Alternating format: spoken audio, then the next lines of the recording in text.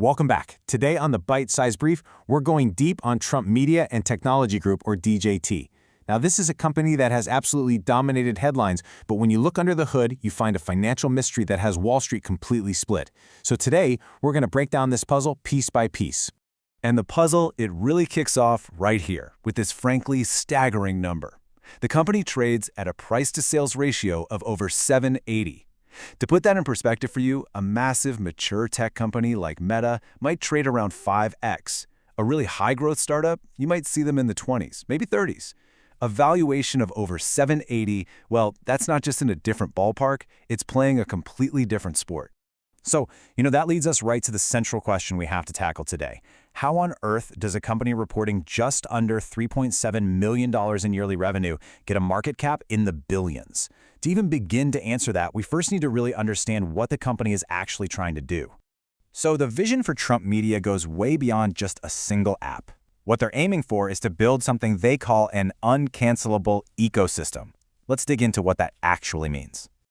And this really gets to the core of the company's why. You see, this isn't just about building another piece of technology. It's about an ideological mission. The company's entire reason for being is to push back against what it sees as censorship from big tech. This mission, this idea of being a shield for free expression, is absolutely critical to understanding its appeal, both to its users and, of course, to its investors. And this lays out their three-pronged strategy really well. It all starts with Truth Social, which is the social media platform you've probably heard about, but the ambition is so much bigger than that. They're looking to expand into TMTG+, which is a streaming service for news and entertainment, stuff that aligns with their brand. And then there's even a move into financial services with something called Truth.Fi. So here's the crucial part. What does uncancellable actually mean in practice? Well, it's a technological strategy. By building their very own content delivery network, or CDN, TMTG is trying to control its own destiny. They want to make sure they can't just be shut down by providers like Amazon Web Services or Google Cloud. This promise of being technologically independent is a core part of their whole value proposition. Okay, let's switch gears to the financials, because this is where the story gets really, really dramatic. It's truly a tale of two completely different financial pictures. First up, let's look at the operational reality. For the entire year of 2025, the company brought in just $3.68 million in revenue. In the last quarter, that was just over $1 million. I mean, these are the numbers that make that multi-billion-dollar valuation so incredibly hard to wrap your head around. And then it gets even more intense. While bringing in that small amount of revenue, the company posted a jaw-dropping net loss of $712 million. And those losses aren't just massive, they've actually been getting bigger, which only deepens this whole financial mystery. Okay, so you're probably asking the same obvious question I am. If the operations are burning through cash and the revenue is tiny, where is all the value coming from? Well, that brings us to the other side of the ledger. And here is the big plot twist. Despite all those operational losses, Trump Media is sitting on a massive war chest of about $2.5 billion in financial assets, right there on its balance sheet. This is the other half of the story that you have to understand. So how in the world did they get all this cash? It is crucial to get that it didn't come from selling products. The huge majority of it came from the proceeds of its SPAC merger and then later from people exercising warrants. A smaller chunk, about $44 million, was actually generated through a pretty complex option strategy, basically a financial maneuver that let them collect cash up front. The key takeaway here is that the company is incredibly well funded, but almost none of that funding has come from its actual business.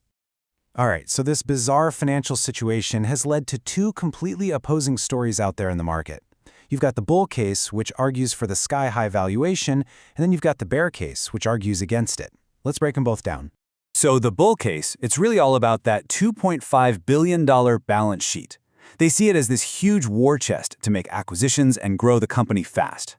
The bulls also point to the strong cultural moat they have, thanks to the brand power of Donald Trump and, of course, the potential in their diversification plan. The bear case, on the other hand, sees a company that's just completely untethered from financial reality. They're pointing to the tiny revenue, the huge losses, the ongoing struggles to actually make money from users, and something called key man risk, the idea that the whole company is almost completely dependent on just one person. This quote from the CEO, Devin Nunes, it perfectly sums up the bull argument. For them, this story isn't about the revenue they have right now. It's about using their massive pile of cash to buy growth, to maybe roll up a bunch of smaller conservative media companies and build out that big ecosystem we talked about earlier.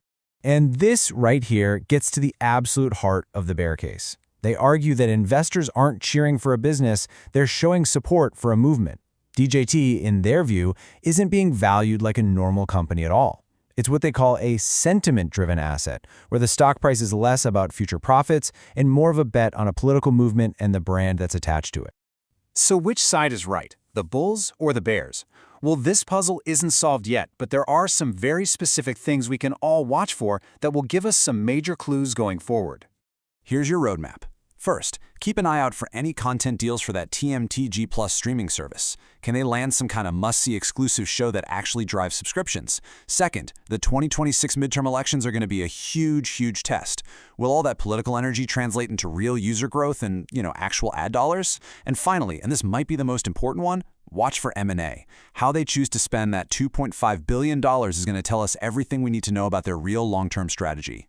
Which brings us to our final question. What exactly is Trump Media and Technology Group? Is it a high-growth tech and media company just waiting to explode? Is it the financial expression of a political movement? Or is it just a multi-billion-dollar bet on the power of a single, very famous brand?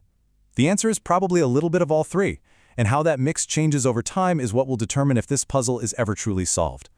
That wraps up today's deep dive on Trump Media and Technology Group DJT. For a sharper, more candid discussion, join us on the full audio podcast.